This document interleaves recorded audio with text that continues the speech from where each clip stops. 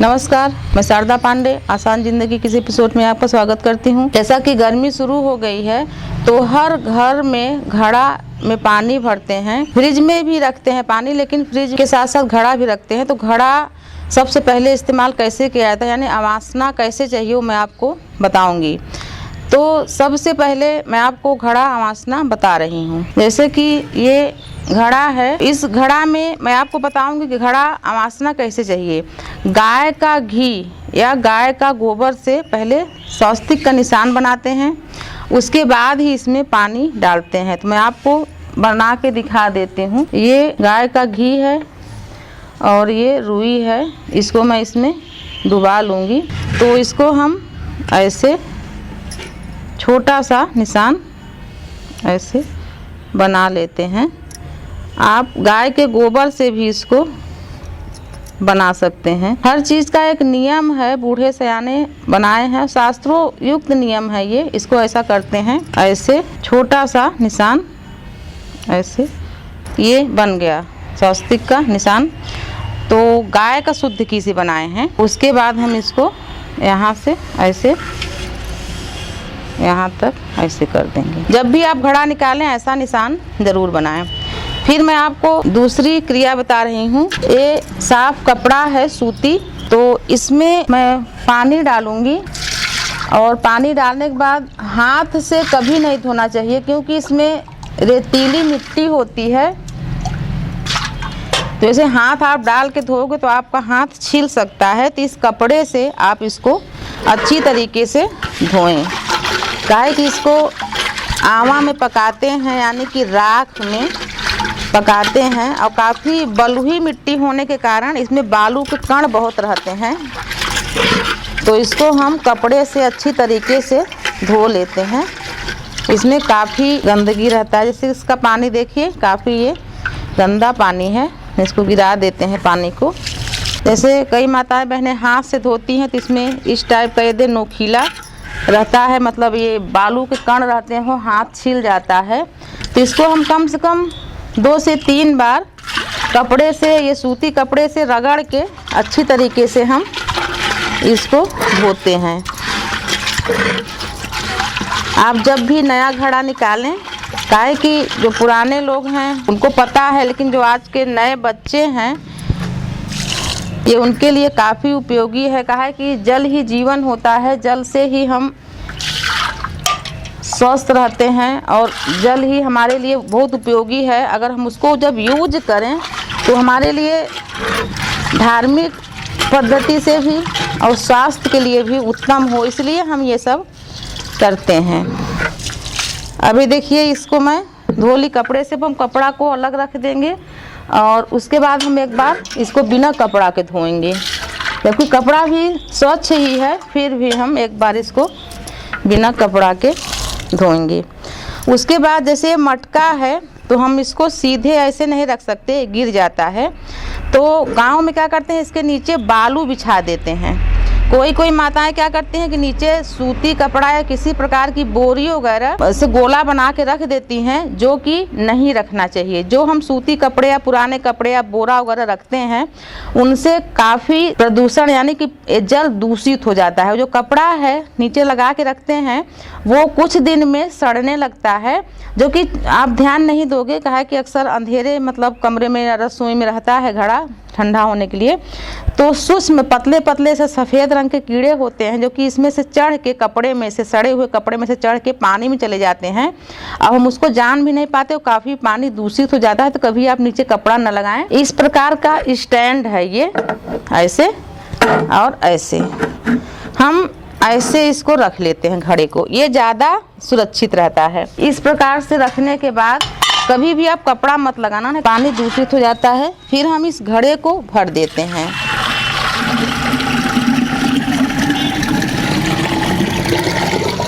वरुण देवता का नाम लेकर घड़े में पानी भर देना चाहिए। ओम श्री वरुण देवताय नमः, ओम श्री वरुण देवताय नमः, ओम श्री वरुण देवताय नमः। तो ये कलश भर गया है। इसका पानी 4 से 5 घंटे में ठंडा हो जाता है।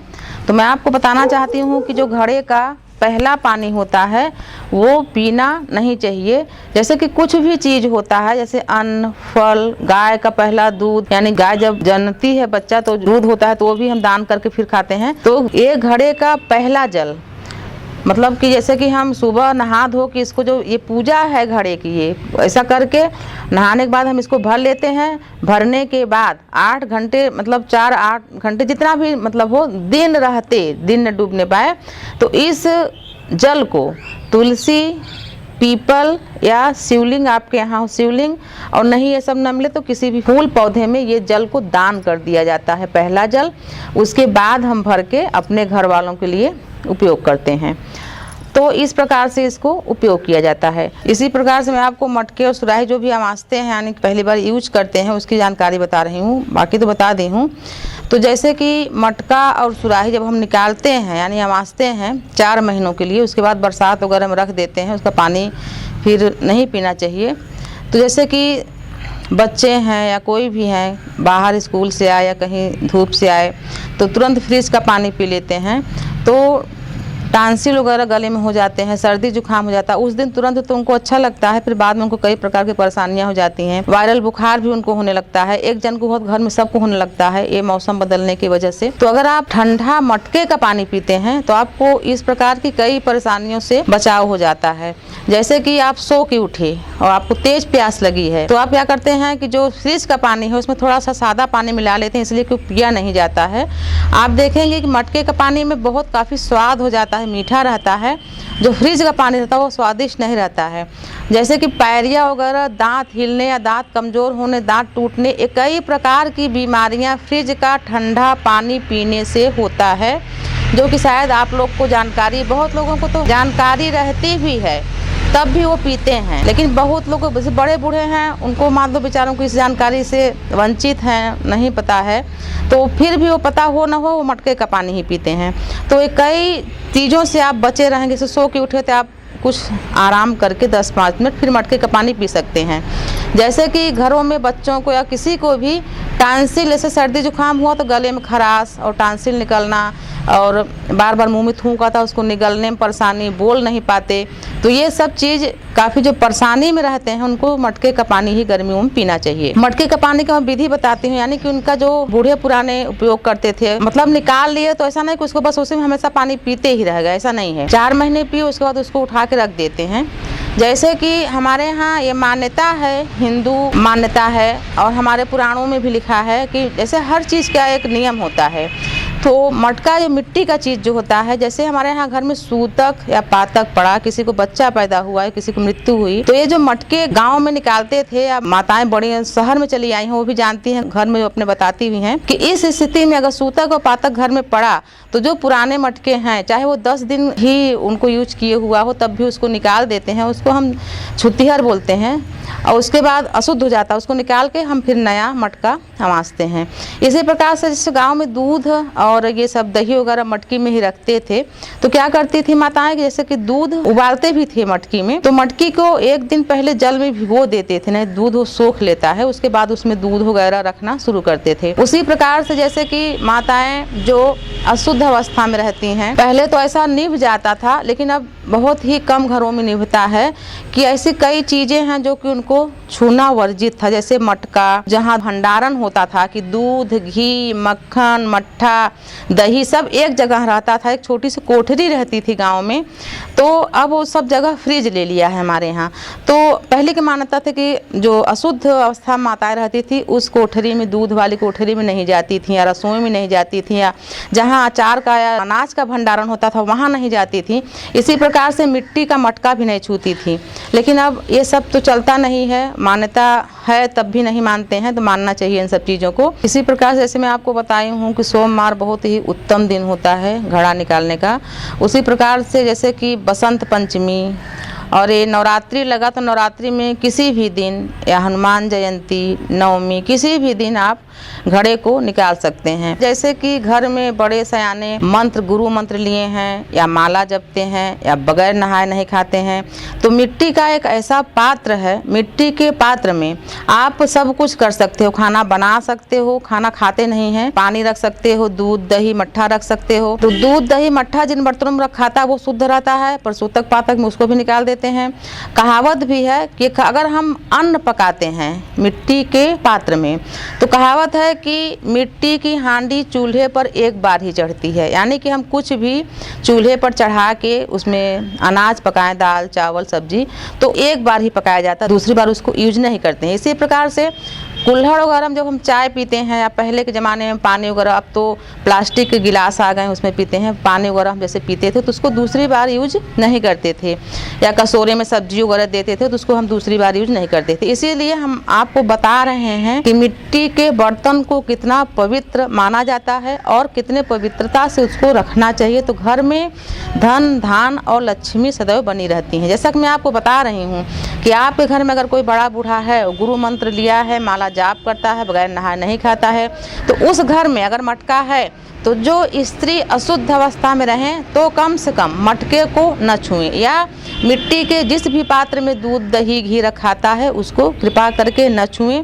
इन सब मान्यताओं को आप भी मानें, अपनी बहू बेटियों को भी बताएं। अपने हिंदू धर्म में काफ़ी इन सब चीज़ों का मान्यता है, लेकिन आजकल हम सब ये भूल गए हैं, कोई करते नहीं हैं और नाना प्रकार के कष्ट से पीड़ित होते हैं, तो तमाम उपायों को ढूंढते हैं कि हमको ये उपाय करना चाहिए, वो जो उपाय करना चाहिए वो करते नहीं हैं।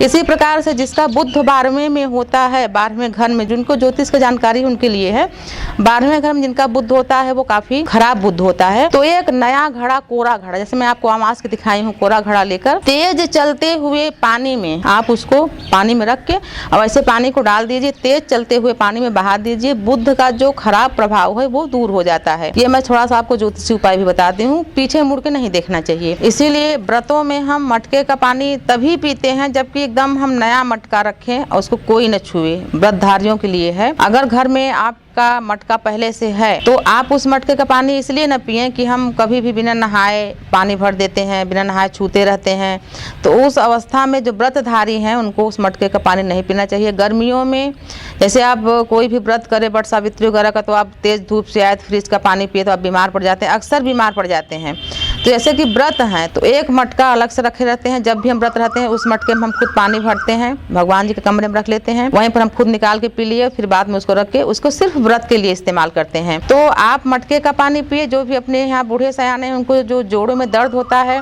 उनको फ्रिज का पानी न दें, आप भी फ्रिज का पानी कम से कम पिए। जिनको दांतों की तकलीफ है वो फ्रिज का पानी ज़्यादा न पिए, नहीं दांत कमज़ोर होते चले जाएंगे, समय से पहले दांत टूटने लगेंगे। इसलिए आप मटका का पानी पिए, कई रोगों से आप बचे रहेंगे। गाँव में जैसे पहले कुआं होता था, हम लोग छोटे छोटे रहते थे बच्चे, तो कुआं होता था, तो कुएं से जब पानी भर के मटके में डालते थे तो अक्सर उस पर कौवा आके बैठ जाता था और जूठा कर देता था। हमारी दादी लोग उस मटके को बाहर निकाल देती थी, यानी उसको अशुद्ध मानती थी, या कभी कभी कुत्ता छू लेता था तो उसको अशुद्ध मानते थे। और जो पात्र होते हैं जैसे कि पीतल, तांबा, लोहा, ये सब पात्र होते हैं, तो इनको हम अशुद्ध नहीं मानते, हम इनको धो के मतलब अग्नि में भी रख के उनको हम स्वच्छ बना सकते हैं। लेकिन मिट्टी को हम मतलब ये सब जानवर अगर छू लेते हैं तो उसको हम अशुद्ध मानते हैं और उनके बाहर के कामों में ले लेते हैं। ऐसे गांव में गैया वैया रखते हैं तो उनको लिए पानी भरने के काम आ जाता है। तो इन सब बातों को ध्यान में रखना चाहिए कि मिट्टी का बर्तन जैसे कोई किसी घरों में क्या है जानते नहीं है, तो गर्मी में निकाले तो गर्मी में भी, बरसात में भी, सर्दी में उसको रखे रहे। कोई घर में सूतक पातक कुछ पड़ा, उनको जानकारी नहीं है तो उसी को मतलब रखे रहते हैं। जो घर में मान लो कोई माला जप रहा है, कोई तीर्थ करके आया, कुछ उसी मटके का पानी दे दिया, कोई साधु संत आया तो उसी मटके का पानी दे दिए, तो काफ़ी ये एक पाप लगता है, जो कि न चाह के भी जो व्यक्ति उनको देता है या शुद्ध पानी तो उसको पाप लग जाता है। तो इन सब चीज़ों से बचने के लिए अगर हम मटका को निकालते हैं यानी यूज करते हैं तो उनसे संबंधित सारी जानकारियों को जानना चाहिए कि मटका कब अशुद्ध हो जाता है, कब उसको अमासना चाहिए, कब नहीं अमासना। जैसे पितर वगैरह है, पितर में उसे तो बरसात के समय रहता है, फिर भी कोई कोई अनजान रहते हैं तो पितर में मटका अमास लिया, खर मास में अमास लिए, यानी उसको पहली बार यूज करने को अमासना बोलते हैं। तो इन सब दिनों में, जैसे मलमास है, इन सब दिनों में ये सब चीज़ें शुभ मानी जाती हैं, तो हम इनको इस्तेमाल नहीं करते हैं। जो मिट्टी के बर्तन होते हैं, ये शादियों में, ब्याह में इनको बहुत शुभ दिन लाते हैं, इनको बहुत शुभ मानते हैं। तो इन सब दिनों में, मतलब जैसे मंगलवार, रविवार, खर मास, पितर, इन सब दिनों में नहीं अमासना चाहिए, शुभ दिनों में इनको अमासना चाहिए। जैसे मैं आपको बताई हूँ कि शादी ब्याह में इसका कोई परहेज नहीं है, शादी ब्याह जब भी है तो उसको उसी दिन अपना कलश वगैरह बना लेते हैं। तो मैं आपको मिट्टी का जो ये बर्तन है इसका यूज करने के लिए मैं आपको बता रही हूँ। उसी प्रकार जैसे मैं दीप अखंड ज्योति में बताई हूँ कि आप अगर दीपावली वगैरह में भी जैसे दीप जलाते हैं, दियों में छोटे छोटे दिए रहते हैं, बड़ा एक दिया रहता है काजल बनाने वाला, तो मैं आपको ये जानकारी दे रही हूँ कि आप पहले इन दीपकों को एक बड़े बर्तन में रख के उसको पानी में कम से कम 24 घंटा तक भिगो दीजिए, फिर उसमें दीपक जलाइए। तो दीपक तेल नहीं सोखता है। आप कहेंगे कि कहाँ ज़्यादा तेल सोखता है, थोड़ी देर तो जलाते हैं, जो भी, तो पूरी रात्रि आपका दीपक भरा रहेगा। ये सब मिट्टी का बर्तनों का मतलब प्रयोग करने का मैं आपको तरीका बता रही हूँ। तो आप ऐसे ही घड़ा वगैरह जैसे जब निकालें तब ऐसे शुभ समय में, शुभ दिनों में, और उनका पानी पहले अपना भगवान को, किसी को अर्पण कर दें। तो इसी प्रकार की जानकारियाँ मैं आगे भी आपको देती रहूँगी। आप देखते रहिए आसान ज़िंदगी। तब तक के लिए नमस्कार।